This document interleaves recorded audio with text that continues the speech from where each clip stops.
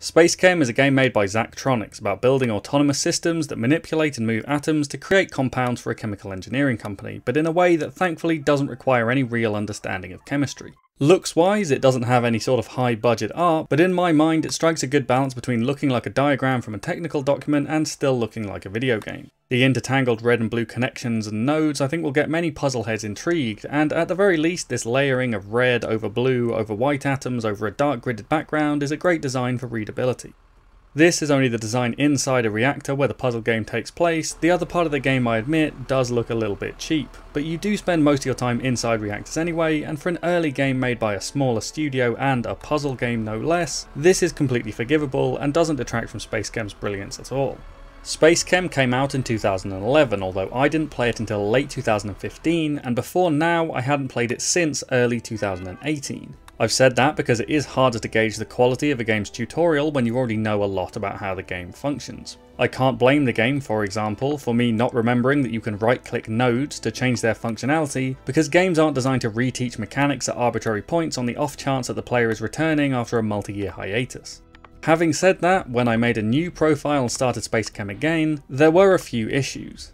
The first being that Mission 1 actually looks like Mission 2, and where Mission 1 should be is a link to an external video tutorial on how to play SpaceChem. Aside from the obvious problems that this video could disappear independently of the game, or that you might be playing without an internet connection, it's never a good idea to have someone open your game and immediately be directed with a link taking them back out of it again.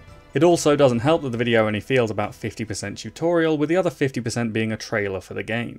The in-game tutorial starts with a fairly large text dump using terms that aren't defined without watching the video, and then makes you play a strict tutorial level that borders on being unnecessarily rigid.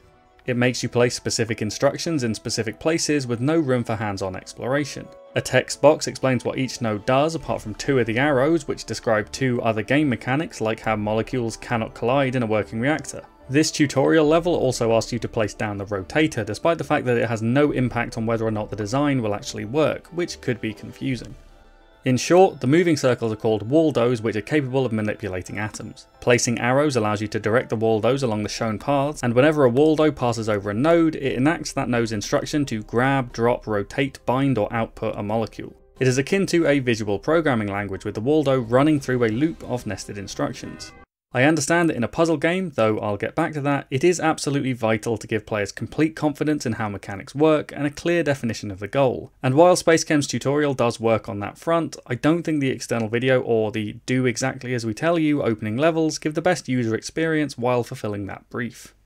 But this is where the negativity ends with regards to SpaceChem, because while it may not have the most streamlined learning process, the mechanics actually being taught quickly transform from a set of individual oddities into an addictive engineering toy box. At the start of a level, you are shown on the left side of the screen either one or two atoms or molecules that are being funneled into your reactor, and one or two atoms or molecules that need to be assembled on the right. This starts off easy. Request an input, grab an atom, carry it to the right before dropping the atom and submitting. But quickly the puzzles become more complex. You need to break molecules down, separate them, double back to collect the now free atoms and rearrange them into the desired shape, all while building paths to keep the red and blue Waldos working in tandem, but also out of each other's way. In completing a level, you'll piece together a winding web of paths that is not only satisfying to watch, but gets the job done. And while it may look chaotic, SpaceChem gives the player enough confidence in the determinism and solidity of the mechanics to allow you to create these larger interconnected systems. The quantization of time and space helps in this regard. The reactor you build in is a 10 by 10 grid where each block can contain at most one instruction and one directional arrow, and an atom occupies exactly one block. Time is quantized into small units called cycles, where both Waldos travel at the same speed, taking one cycle to travel a distance of one block. This makes it easy to look at your system and, with maybe a few demo runs, understand when and where everything is going to happen, leaving the puzzle in the design and concept stage where it should be, and eliminating too much unnecessary confusion about what a design should actually be doing. SpaceChem straddles a great line that has its players feeling like cavemen bashing rocks together one moment to expert chemical engineers a few minutes later. On top of that, there is also an aesthetic component to the enjoyment of SpaceChem.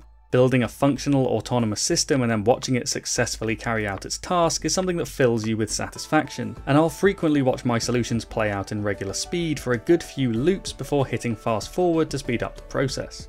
From a small range of intricate mechanics working predictably and deterministically, SpaceChem allows you to build complex and intricate systems to form these compounds and complete levels.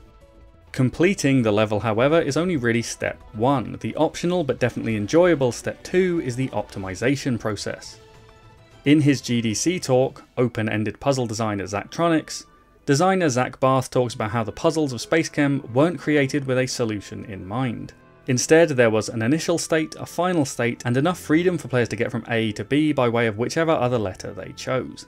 This is the classic puzzle versus problem game discussion. Puzzle games give you something tricky to solve and eventually, hopefully, you find the answer. Problem-solving games have a range of possible solutions and, importantly, give the player a way to rationally assess the quality of their solution in the context of the game. This is a solution. This is a solution. But so is this. This third solution is more efficient and completes the process in far fewer cycles. And I don't think it's unreasonable in that regard to then describe Reactor 3 as a better solution. This design gives players more goals to push for and more room to be creative in demonstrating their mastery of SpaceChem's complex techniques. But simultaneously, the first design, while slower, is still no less valid as a solution. Whether you return to a level just to give a slight tweak to shorten the length of your Waldo's paths or rethink your entire reactor, SpaceChem's open-ended puzzle design gives you an extra layer of depth. When a design is complete, you can see your solution ranked on 3 histograms, 2 of which show you how long your reactor took to complete a task and how many symbols it used, giving the player 2 usually diverging paths to try to optimize down. These histograms are great for incentivizing the player by demonstrating that there is a better solution to seek and a reward for doing so, even if that reward is just a better position on the histogram. The third histogram is for the number of reactors used, which only becomes relevant in later levels as SpaceChem builds its complexity even further, with production stages requiring more extensive manipulation of molecules. While daunting at first, these levels are broken down into building individual reactors chained together, and so SpaceChem avoids immediately hitting a critical complexity overload. Setting up one reactor to produce an intermediate compound is just as gratifying as completing a single reactor stage. While the compartmentalization of the larger production stages does prevent a player from experiencing immediate pipeline-driven burnout, I feel that SpaceChem is a game where hitting that barrier is more a question of when rather than if. Ultimately, SpaceChem is a game you will play until you choose to stop. It's not a game that was necessarily designed to be completed to be enjoyed. I haven't finished or even played every level of SpaceChem, but that's not something I feel bad about because Zach Barth hasn't beaten every level of his own game either. The fantastic complexity generated by the mini sandbox of tools in each level and the well-defined mechanics creates a moorish and compelling puzzle environment, with a rewarding quality from finishing every level with a design of your own creation to look back on as a tangible representation of your achievement. For me, SpaceChem is the defining title in the problem-solving game genre. While I love their level of freedom, I don't think problem-solving games are inherently better than puzzle-solving games, and there's something to be said about the beauty of a sophisticated solution to a handcrafted puzzle. Just as how the isolated nature of SpaceChem's levels is a nice change from the less strict and more open design of a Factorio factory. But the further level of depth that optimization and rebuilding gives in SpaceChem is absolutely magnificent and deserves all the praise that I can give it. The design of SpaceChem with its open-ended problem-solving puzzles and concepts of building automated deterministic systems is the core of the Zachtronics experience, and SpaceChem is only the first of their catalogue of visual programming games. With such a distinct style and multiple quality products in a niche market, Zachtronics is more than just a studio, it's an entire genre. And if you want to take a step into the world of Zachtronics puzzle games, I can't imagine there's a much better place to start than the beginning. Thank you for watching. I've got other reviews of quality video games on this channel if you want to take a look. As some suggestions, there's a deep dive on Insomniac Games' zany Sunset Overdrive, a look at that game company's art game masterpiece Journey, or for another puzzle game, the gorgeous indie title She Remembered Caterpillars. Subscribe to the channel to see more video reviews and recommendations, and I'll see you in the next one. Goodbye.